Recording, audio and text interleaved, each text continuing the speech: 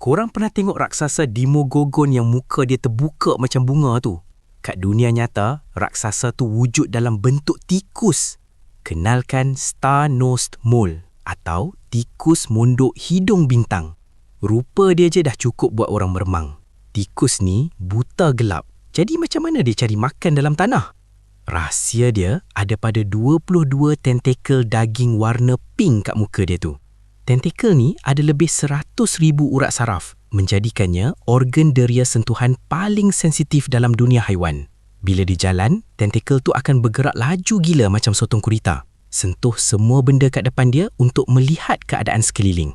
Sebab hidung dia terlampau power, dia pegang rekod sebagai mamalia yang paling laju makan dalam dunia. Dia boleh kenal pasti makanan dan telan mangsa dia dalam masa 8 milisaat je. Otak manusia pun tak sempat nak proses kelajuan tu. Paling gila, dia juga boleh bau benda dalam air. Dia akan hembuskan buih udara ke arah mangsa dan sedut balik buih tu masuk hidung untuk bau. Kalau binatang ni saiz sebesar anjing, confirm kita semua tak berani keluar rumah. Jangan lupa like, komen dan share ya.